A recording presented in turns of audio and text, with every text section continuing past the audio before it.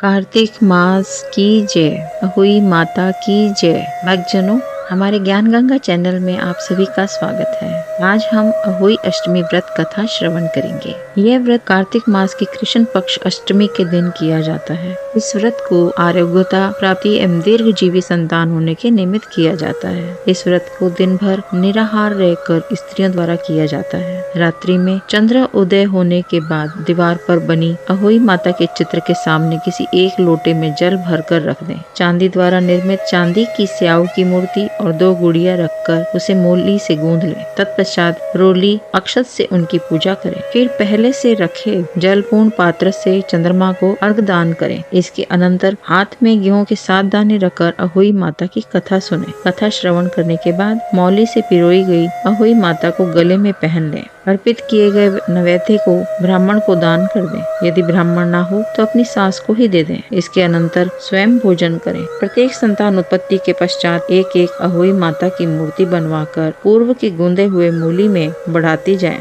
प्रत्येक पुत्रों के विवाह उपरांत भी इसी प्रकार की क्रिया दोहराएं। जब भी गले से अहोई उतारने की आवश्यकता पड़े तो किसी शुभ दिन में उतार कर उन्हें गुड़ आदि का नैवेद्य देकर जल का आचमन कराकर रखें। ऐसा करने से संतान में वृद्धि होती है। अहोई अष्टमी पूजन के बाद ब्राह्मण को कुष्मांड दान करने से विशेष फल की प्राप्ति होती है।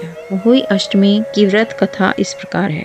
ननंद भाभी एक दिन मिट्टी खोदने गई। मिट्टी खोदते खोदते ननंद ने गलती से स्याऊ माता का घर खोद दिया, जिससे स्याऊ माता के अंडे टूट गए और बच्चे कुचल गए। स्याऊ माता ने जब अपने घर व बच्चों की दुर्दशा देखी तो क्रोधित होकर ननंद से बोली कि तुमने मेरे बच्चों को कुचला है, मैं तुम्हारे पति व बच्चों को खा जाऊंगी। स्याऊ माता को क्रोधित देखकर ननंद तो डर गई, पर भाभी स्याऊ माता के आगे हाथ जोड़कर विनती करने लगी। तब स्याऊ माता बोली, मैं तेरी कोख व मांग दोनों हरूंगी। इस पर भाभी बोली, माँ मेरा इतना कहना मानो, कोख चाहे हर लो पर मेरी मांग न हरना। स्याऊ माता मान गई। समय बीतता गया। भाभी के पहला बच्चा पैदा हुआ। शर्त के अनुसार भाभी ने अपनी संतान स्याऊ माता को दे दी। इस प्रकार एक एक करके 6 संतानें स्याऊ माता ले गई। वे 6 पुत्रों की माँ बनकर भी निसंतान रही। जब 7वें संतान होने का समय आया तो एक पड़ोसन ने उसे सलाह दी कि स्याऊ माँ जब बच्चा लेने आए तो बच्चे को उसके आंचल में डाल उनके पैर छू लेना, फिर बातों के दौरान बच्चे को रुला देना।